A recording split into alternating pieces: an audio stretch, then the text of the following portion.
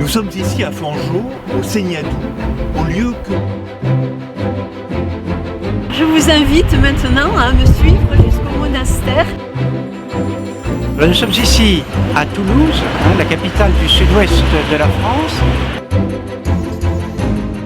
Calleruega, donde nació Santo Domingo.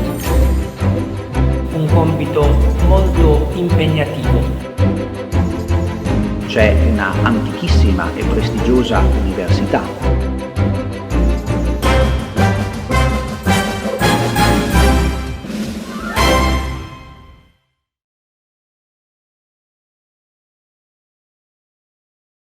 Alors nous sommes ici à Toulouse, la capitale du sud-ouest de la France. Nous sommes juste en face du Parlement de Toulouse, en tout cas tel qu'on l'appelait autrefois. Aujourd'hui c'est le palais de justice. Alors Dominique est dans la région depuis 1203. Il va prêcher la foi chrétienne face aux cathares dans toute la région qui va de Carcassonne à Toulouse. Les archives nationales à Paris conservent l'acte de donation de cette maison que Pierre Sellagne reçoit de son père en héritage, donation au seigneur Dominique.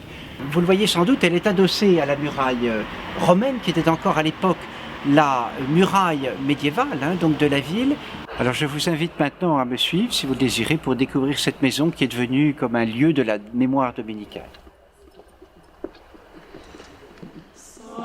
Alors très vite, la maison Pierre Seillant va devenir un petit couvent de l'ordre des prêcheurs et il va rester la maison de fondation de l'ordre. Et à ce titre, à toute époque, des frères, des sœurs également, viendront en pèlerinage auprès de la maison Pierre Seillant. Même si, bien sûr, le grand couvent dominicain dans Toulouse, à partir de la fin du XIIIe siècle et au XIVe siècle, ce sera le couvent des Jacobins.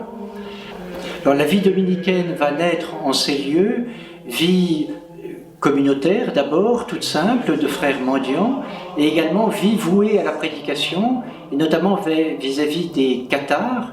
Dominique, qui vit ici en 1215, va partir à Rome en 1217, et c'est la période de naissance de l'ordre, puisque le pape Honorius III, par une bulle de 1216, approuve les constitutions de cette nouvelle famille religieuse dans l'Église. Alors, le petit couvent qui est édifié en ces lieux au XIIIe siècle sera transformé et reconstruit au XVIIe siècle. On a conservé la chapelle de ce couvent qui est ornée aujourd'hui encore d'un plafond à caisson qui présente 15 vues, 15 épisodes de la vie de Saint-Dominique.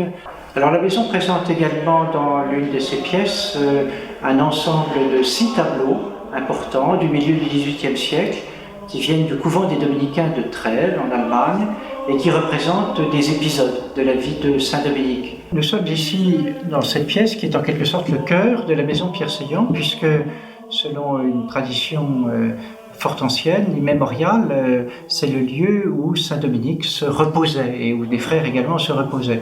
C'est pour ça qu'on appelle la pièce la chambre de Saint-Dominique. Cette pièce a été transformée très rapidement en oratoire.